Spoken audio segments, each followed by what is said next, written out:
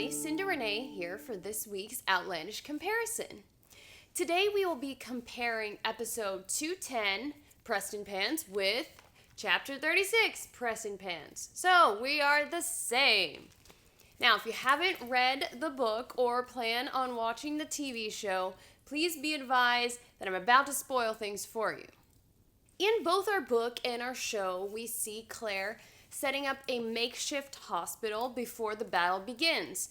She's kind of instructing the women on how to prepare the instruments so that there's no germs on them and trying to convince these women in the 1700s about germs without explaining germs to them.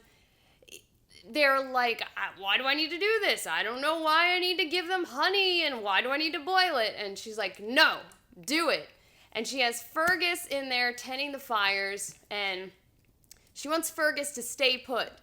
Now, in our book version, Fergus finds this guy, Mr. Alexander, and goes up to Claire, hey, he has some information, and can I go take him to Jamie so he can tell the prince? And Claire's, okay, off you go.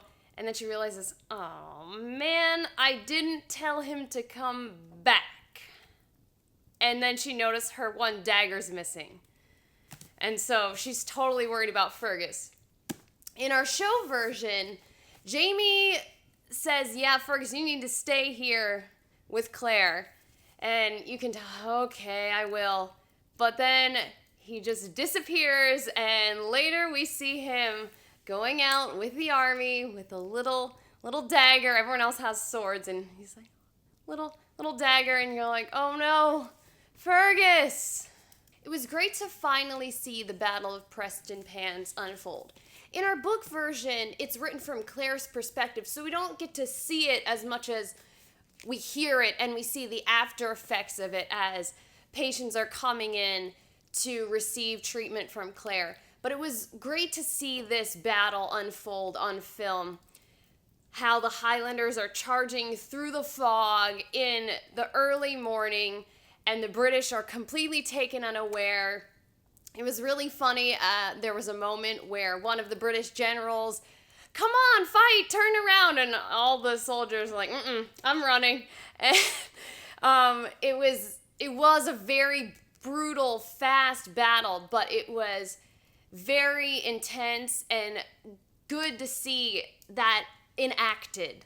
In both our book and our show, Charles Stuart finally appears kingly for once.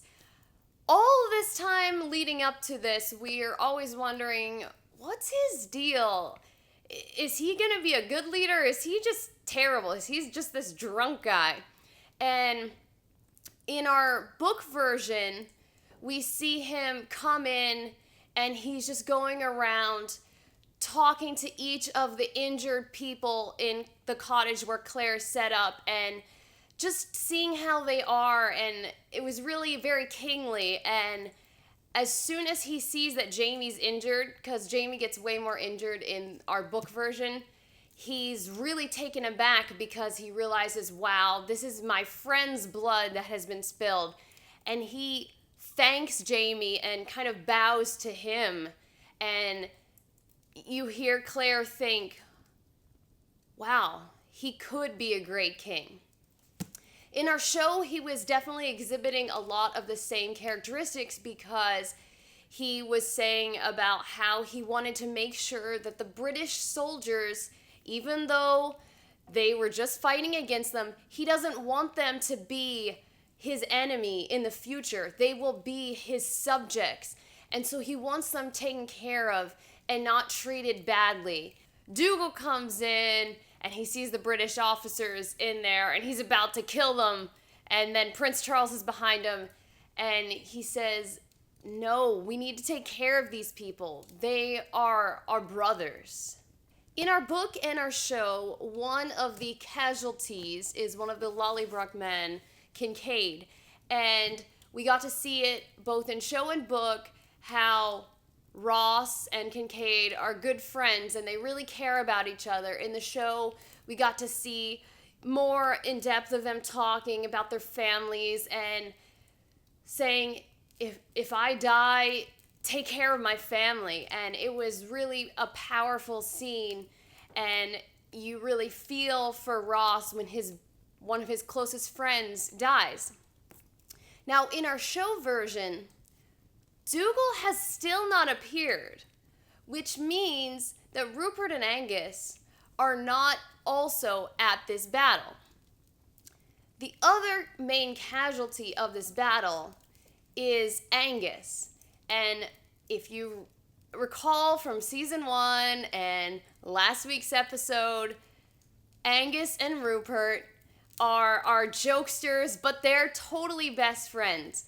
And at the same time as Ross and Kincaid are having this deep discussion about their families, Angus is kind of, okay, yeah, what's mine is yours, even though neither of them have families. So it's, you can have my sword and stuff. And Rupert is, no, I'm not agreeing to that. We're going to live. At first, it seems like Rupert is going to be the one to pass away because Angus brings him in and he's cut open.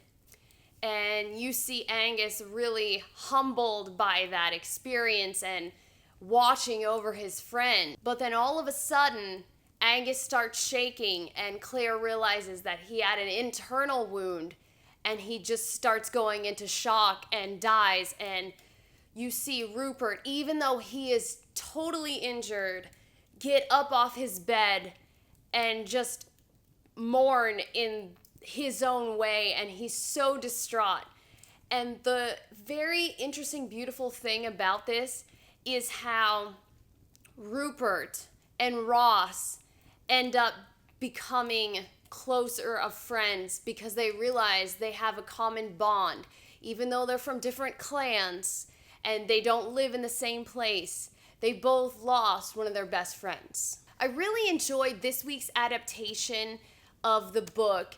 I appreciated how they brought back a character from season 1, Foster, who, if you recall, is an English officer who brought Claire to Fort William to try to save her, essentially, because he thought she was being held captive by the Highlanders. And Dougal and he have this intense moment on the battlefield, and he's saying, look, I know you won this battle, but you're not going to be able to beat the English. And you see Dougal's war-hungry, war-mongering nature come through, and he doesn't care, and he just kills him. And it was really intense. You kind of wanted Dougal to not kill him, but Dougal ain't having it.